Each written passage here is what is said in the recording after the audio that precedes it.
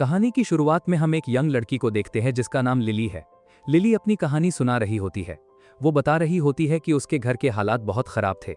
वो कहती है कि चीजें इतनी मुश्किल हो गई थीं कि वो और बर्दाश्त नहीं कर पाती थी। जब उसका सब्र पूरा खत्म हो गया तो लिली ने आखिर भागने का फैसला कर लिया। वो अपने बॉयफ्रेंड नील के साथ जंगल में भाग गई। लेकिन जाने के कुछ ही देर बाद लिली को अपनी मां को पीछे छोड़कर आने का बहुत ज्यादा एहसास होने लगा। वो अपने अंदर से ये सोचकर बहुत परेशान होने लगी कि उसने अपनी मां को अकेला छोड़ दिया। वो उन्हें फोन करना चाहती थी, लेकिन उससे पहले ही नील ने उसका फोन ले लिया और अपने पास रख लिया। नील ने कहा कि पहले शांत हो जाए। उसके बाद नील लिली के करीब आने लगा। लिली को ये बिल्कुल अच्छा नहीं लग रहा था। वो बेचैन हो रही थी। नील तब रुका जब उसने लिली के बॉडी पर निशान देखे।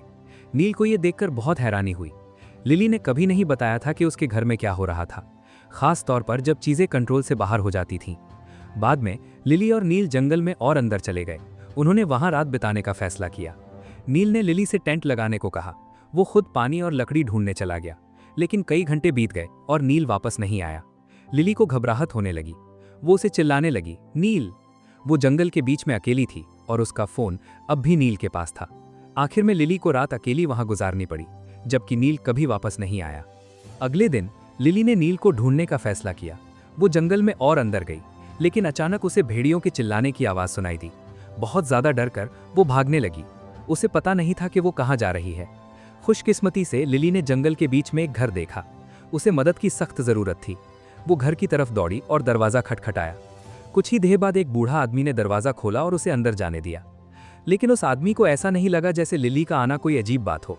उसने तुरंत उसे शावर लेने को कहा। इससे लिली को शक हो गया। उसने जल्दी से वहां से निकलने की कोशिश की, लेकिन वो आदमी उसके पीछे आया और उसके सामने खड़ा हो गया।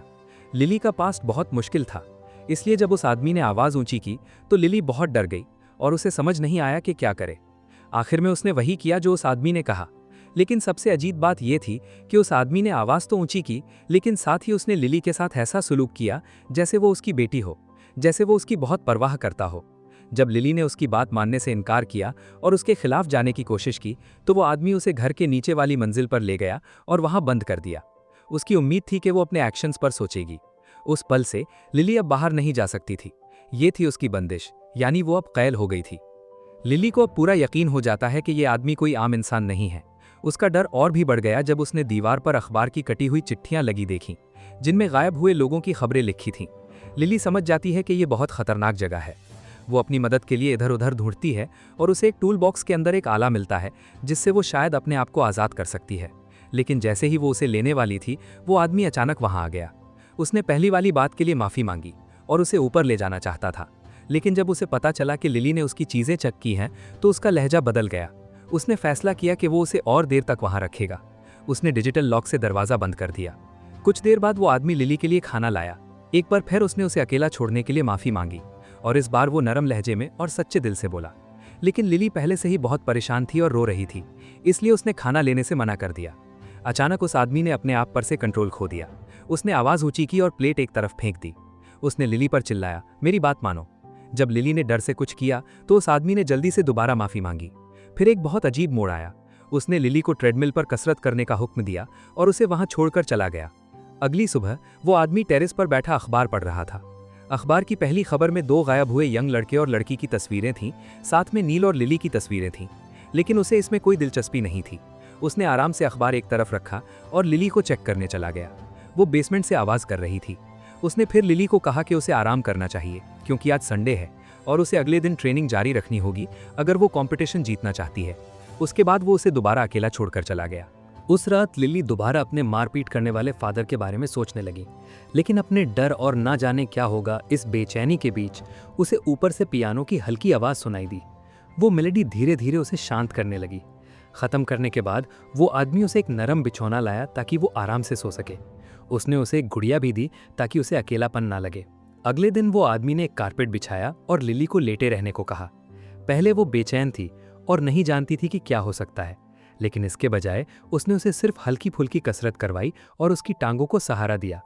लिली को मुश्किल हो रही थी क्योंकि वो इसकी आदी नहीं थी, लेकिन वो आदमी उसे हौसला देता रहता था। एक वक्त पर लिली ने भागने का मौका देखा और अचानक जोर से धक्का दिया। वो आदमी नीचे गिर गया, लेकिन हैरानी की बात उसने जबरदस्ती से जवाब नहीं दिया। इसके बजाय उसने शांति से उसे बताया कि अगर वो कसरत ठीक से करती रही तो वो उसे ऊपर ले जाएगा और उसके लिए अच्छा खाना बनाएगा। लिली ने सोचा कि शायद यही उसके भागने का रास्ता है, इसलिए उसने उसकी बातें मानने का सोचा। सिटअप्स खत्म करने के बाद उस आदमी ने अपना वादा रखा। वो लिली को ऊपर ले आया और उसे अच्छा खाना दिया। वो खुश भी दिखा और उसे खास तरीके से ट्रीट किया। खाने से पहले उसने उसे कैथरीन बुलाया, जैसे कि वो सच में वही हो। उस पल लिली को समझ आने लगा कि वो आदमी उसे किसी अजनबी की तरह नहीं बल्कि अपनी बेटी की तरह देख रहा है। उसने कहा, चलो खाओ। लेकिन जब लिली ने खाना जमीन पर फेंका तो वो गुस्सा हो गया। उसने चिल्लाया, कैथरीन, खाना जमीन पर मत फेंको, वापस बेसमेंट में जाओ। जाओ, भगवान के लिए यहाँ से निकल जाओ, मैं तुम्हें देखना नहीं चाहता। अगले दिन वो आदमी ने लिली को कपड़े बदलने को कहा और ट्रेडमिल पर अपनी रोजाना की कसरत जारी रखने को कहा।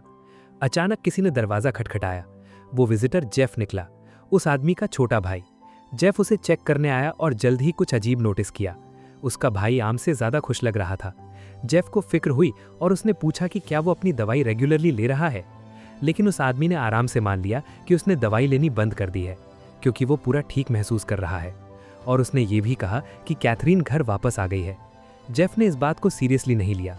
उसने बात टाल दी, गुड बाय कहा और चला गया। कुछ देर बाद लिली को बेसमेंट से बाहर निकलने की इजाज़त मिल गई। वो कैथरीन के बेडरूम में शिफ्ट हो गई। जब तक वो आदमी की मर्जी मानती रही, उसे प्यार से ट्रीट किया जाता था, ऑलमोस्ट एक रियल बेटी की तरह। वो अब बंधी हुई नहीं थी और कैथरीन की अलमारी से जो चाहे पहन सकती थी। रूम एक्सप्लोर करते हुए लिली को कैथरीन की एक तस्वीर मिली। उसे पता चला कि वो स्कूल में ट्रैक एथलीट थी। उसे कैथरीन की डायरी भी मिली जो बेड के नीचे छुपी हुई थी। उसने उसे बाद में पढ़ने की सोची। फिर भी लिली ने भागने की उम्मीद नहीं छोड़ी थी। एक दिन उसने चुपके से घर से निकलने की कोशिश की जब वो आदमी किचन में बिजी था। लेकिन जैसे ही वो बाहर निकलने वाली थी, वो अचानक उसके पीछे आया, हाथ में किचन नाइफ। पकड़ी गई लिली ने जल्दी से एक बहाना बनाया। उसने कहा कि वो उसे ढूंढ रही थी और किचन में मदद करना चाहती थी। उस आदमी को ये पसंद आया और वो दोनों साथ खाना बनाने लगे। इसके बाद लिली ने एक और बहाना बनाया बाहर जाने के लिए, लेकिन इस बार उस आदमी का नर्म लहजा गायब हो गया। उसने पक्की आवाज में उसे अपने रूम में वापस जाने को कहा। अब और कुछ करने को ना होने पर लिली ने आखिर कैथरीन की डायरी पढ़ने का फैसला किया। अंदर उसे कैथरीन की जिंदगी के बारे में डिटेल में लिखा हुआ मिला। लड़की ने अपने सख्त फादर के बारे में लिखा था, जो उसे हमेशा धक्का देता था ट्रेनिंग करने और प्रोफेशनल एथलीट बनने के लिए। उसने ये भी लिखा था कि उसके पेरेंट्स उसके सामने अक्सर लड़ते थे और उसका फादर उसे डेटिंग करने से मना करता था ताकि वो अपने फ्यूचर पर पूरा फोकस कर सके। लिली का पढ़ना तब रुका जब वो आदमी रूम में आया और कहा कि खाने का टाइम हो गया है। लेकिन उसी पल उसके दिमाग में एक आइडिया आया। उसने नाटक किया कि उसे पीरियड्स हो रहे हैं और उसे सैनिटरी पैड्स खरीदने को कहा। वो आदमी कन्फ्यूज्ड हो गया और उसे कुछ हेजिटेंसी हुई, क्योंकि उसने काफ़ी देर से कार नहीं चलाई थी। लेकिन लिली ने जिद की जब तक वो आखिर मान नहीं गया। जाने से पहले उसने उसे ट्रेनिंग जारी रखने को कहा और उसे वापस बेसमेंट में लॉक कर दिया। बेसमेंट में वापस लिली कैथरीन की डायरी पढ़ रही थी, लेकिन वो आदमी उम्मीद से काफ़ी जल्दी वापस आ गया। घबरा कर लिली ने जल्दी से कपड़े बदले और अपने ऊपर पानी छिड़क लिया। वो ऐसा दिखाना चाहती थी कि वो कसरत कर रही है। उस आदमी के घर में आने से पहले एक मोटरसाइकिल पर कोई उसके पास आया। वो नील निकला। वो लिली को ढूंढ रहा था और उसके बारे में पूछ रहा था, लेकिन उस आदमी ने गुस्से से रिएक्ट किया और उसे भगा दिया। उसे यकीन था कि नील उसकी बेटी के लिए खतरा है। वो आदमी फिर अंदर गया और लिली को वो चीज़ दी जो उसने मांगी थी। उसने ये भी बताया कि वो फार्मेसी से कुछ दवाई लेने रुका था। इससे लिली तुरंत परेशान हो गई। वो सोचने लगी कि अगर उसने दोबारा दवाई लेनी शुरू कर दी तो वो अपने होश में आ सकता है और सच जान सकता है। जैसे ही लिली बेसमेंट से निकलने की कोशिश कर रही थी, उस आदमी ने अचानक उसका हाथ पकड़ लिया। उसने सवाल किया वो किसके साथ थी जब वो भागी थी। जल्दी सोचकर लिली ने कहा कि वो जैरेड के साथ थी। ये वो नाम था जो उसने कैथरीन की डायरी में पढ़ा था। वो नाम सुनकर उस आदमी के अंदर कुछ टूटा। उसकी मूड तुरंत बदल गई। उसने गुस्से से लिली को दीवार पर अपना हाइट मेजर करने को कहा। क्योंकि कैथरीन ऊंची थी, लिली को अपने टोस पर खड़ा होना पड़ा ताकि शक न हो। निराश और बेचैन होकर लिली आखिर फट गई। उसने हमला कर दिया, उसे बार बार मारा। उसने भागने की कोशिश की, लेकिन दरवाजा अब भी लॉक्ड था। बहुत परेशान होकर उसने उस आदमी से चाबी मांगी जब वो दर्द में फ्लोर पर गिरा था। उस आदमी ने चाबी देने का नाटक किया, लेकिन जैसे ही वो पास आई, वो अचानक उठा और उस पर पलट पड़ा। उसके दिमाग में वो खुद को एक प्यार करने वाले फादर की तरह देख रहा था जिसे धोखा मिला है। इसके बाद लिली को वापस बेसमेंट में लॉक कर दिया गया। उस रात लिली डायरी पढ़ती रही। उसे कैथरीन की मदर की एक एक्सीडेंट के बारे में अखबार की कटी हुई खबर मिली। पहली बार उसे उस आदमी के दर्द का एहसास हुआ। उसे उस पर तरस आया। बाद में उसने उसे ऊपर खाने के लिए बुलाया। उसने फिर से उसके साथ प्यार से सलूक किया जैसे कुछ हुआ ही नहीं। सब कुछ के बावजूद लिली को एहसास हुआ और उसने माफी मांगी। उस आदमी ने उसे सच्चे दिल से माफ कर दिया और हमेशा की तरह उसने खाने से पहले दुआ पढ़ी। उसे सुनकर लिली गहरे तरह से प्रभावित हुई।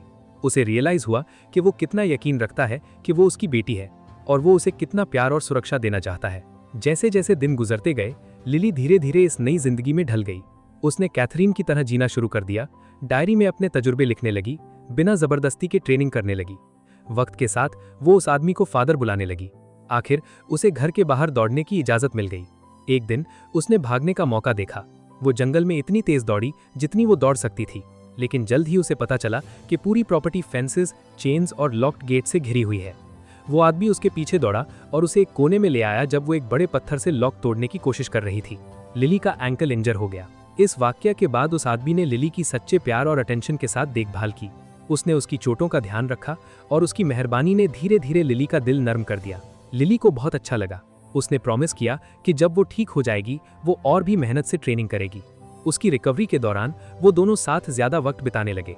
उनके बीच का माहौल गर्म और ऑलमोस्ट पीसफुल हो गया। लिली ने ट्रेनिंग में अपना पूरा जोश लगा दिया। उसने कैथरीन के रिकॉर्ड्स को रनिंग और सिटअप्स दोनों में पीछे छोड़ दिया। वक्त के साथ उनके बीच का रिश्ता और भी मजबूत हो गया। एक दिन उस आदमी ने लिली को बताया कि उसका बर्थडे करीब है। उसने पूछा कि वो गिफ्ट में क्या चाहेगी। लिली ने कहा कि वो किसी भी चीज से खुश हो जाएगी। उस आदमी ने फिर अपना आइडिया शेयर किया, उसे रनिंग कंपटीशन में रजिस्टर करने का।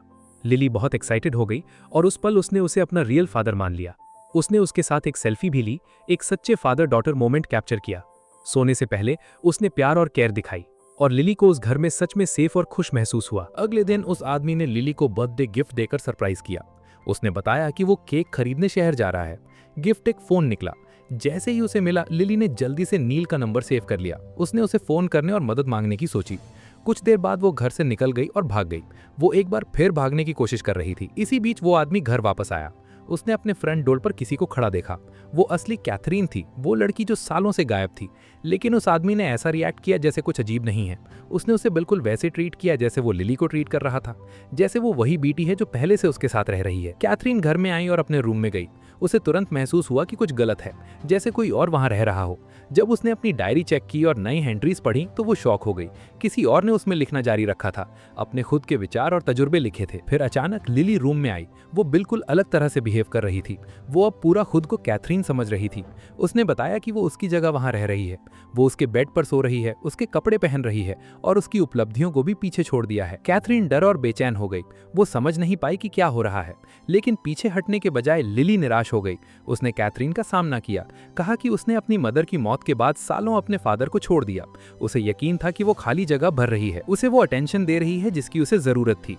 लिली कैथरीन के उस फैसले को मान नहीं पाई कि वो किसी से दूर चली गई जो उसकी नज़र में अभी भी गहरे से प्यार करता था। उसने इसे अपनी जिंदगी से कंपेयर किया, जहां चीजें कभी ठीक नहीं थी। जब ये दोनों एक दूसरे के सामने अपनी बातें रख रहे थे, तब दोनों के बीच का माहौल बहुत इमोशनल हो जाता है और इसी दौरान अचानक सिचुएशन बहुत बुरी तरह से बदल जाती है। एक ऐसा मोड़ आता है जो बहुत दर्दनाक होता है। कैथरीन गिर जाती है, लिली शॉक में रह जाती है। जो अभी हुआ उससे बहुत प्रभावित होकर लिली ने फिर भी एक मजबूत फैसला किया, वो कैथरीन की जगह पूरा ले लेगी। बाद में उस आदमी ने बर्थडे सेलिब्रेट करने के लिए उसे बुलाया, लेकिन रहने के बजाय लिली ने उसे अपने साथ बाहर चलने को कहा। कार के अंदर उसने चुपके से नील का कांटेक्ट अपने फोन से मिटा दिया। उस पल उसने अपना पास्ट पूरा छोड़ दिया। उसने हमेशा के लिए कैथरीन की तरह जीने का फैसला कर लिया और यहीं पर कहानी खत्म होती है। अगर आपको ये रिकैप पसंद आया हो तो वीडियो को लाइक कर देना। सारे अपकमिंग रिकैप्स देखने के लिए चैनल सब्सक्राइब कर लेना। अगली मूवी में मिलते हैं।